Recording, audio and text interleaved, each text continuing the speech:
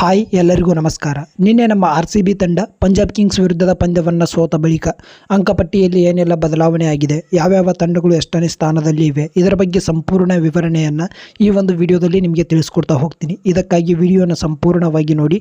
Video ಇಷ್ಟವಾದಲ್ಲಿ ಒಂದೇ ಒಂದು ಲೈಕ್ ಮಾಡುವುದರ ಜೊತೆಗೆ IPL 2025ರಲ್ಲಿ ಪ್ಲೇ ಆಫ್ಗೆ ಕ್ವಾಲಿಫೈ ಆಗುವಂಥ ಮೊದಲ ತಂಡ ಯಾವುದು ಅನ್ನೋದನ್ನು ತಪ್ಪದೇ ಕಮೆಂಟ್ ಬಾಕ್ಸ್ನಲ್ಲಿ ಕಮೆಂಟ್ ಮಾಡಿ.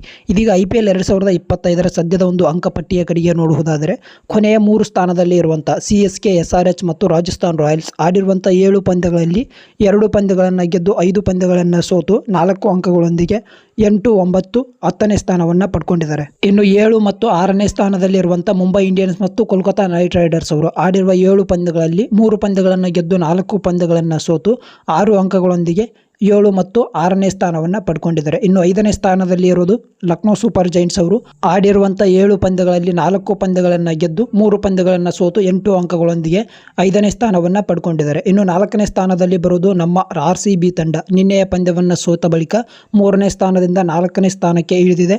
7 ಪಂದ್ಯಗಳಲ್ಲಿ 4 ಪಂದ್ಯಗಳನ್ನು ಗೆದ್ದು 3 ಪಂದ್ಯಗಳನ್ನು ಸೋತು 8 ಅಂಕಗಳೊಂದಿಗೆ 4ನೇ ಸ್ಥಾನವನ್ನು ಪಡ್ಕೊಂಡಿದ್ದಾರೆ. ಇನ್ನು 3ನೇ ಸ್ಥಾನದಲ್ಲಿ ಇರೋದು ಗುಜರಾತ್ ಟೈಟನ್ಸ್ ಅವರು ಆಡಿರುವಂಥ 6 ಪಂದ್ಯಗಳಲ್ಲಿ 4 ಪಂದ್ಯಗಳನ್ನು ಗೆದ್ದು 2 ಪಂದ್ಯಗಳನ್ನು ಸೋತು 8 ಪಾಯಿಂಟ್ಸ್ಗಳೊಂದಿಗೆ ಇಲ್ಲಿ 3ನೇ ಸ್ಥಾನವನ್ನು ಪಡ್ಕೊಂಡಿದ್ದಾರೆ. ನಿನ್ನೆಯ ಪಂದ್ಯವನ್ನು ಗೆದ್ದ ಬಳಿಕ ಪಂಜಾಬ್ ಕಿಂಗ್ಸ್ ಅವರು 4ನೇ ಸ್ಥಾನದಿಂದ ಇಲ್ಲಿ 2ನೇ ಸ್ಥಾನಕ್ಕೆ ಜಂಪ್ ಆಗಿದ್ದಾರೆ ಅಂತಲೇ ಹೇಳ್ಬೋದು.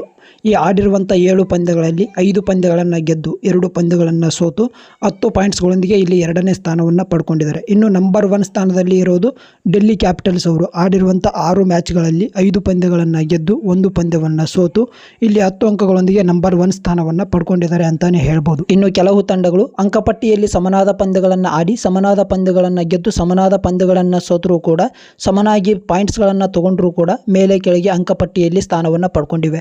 ಇದಕ್ಕೆ ಕಾರಣ ನೆಟ್ ರನ್ ರೇಟ್ ಪ್ರಮುಖ ಕಾರಣ ಅಂತಲೇ ಹೇಳ್ಬೋದು. ಯಾರ ನೆಟ್ ರನ್ ರೇಟ್ ಪ್ಲಸ್ನಲ್ಲಿ ಇದೆಯೋ ಅವರು ಮೇಲ್ಗಡೆ ಇದ್ದಾರೆ, ಯಾರ ನೆಟ್ ರನ್ ರೇಟ್ ಅವರಿಗಿಂತ ಕೆಳಗಡೆ ಇದೆಯೋ ಅವರು ಕೊನೆಯ ಸ್ಥಾನವನ್ನು ಪಡ್ಕೊಂಡಿದ್ದಾರೆ. ಇದು IPL 2025ರ ಸದ್ಯದ ಒಂದು ಅಂಕಪಟ್ಟಿ ಅಂತಲೇ ಹೇಳ್ಬೋದು.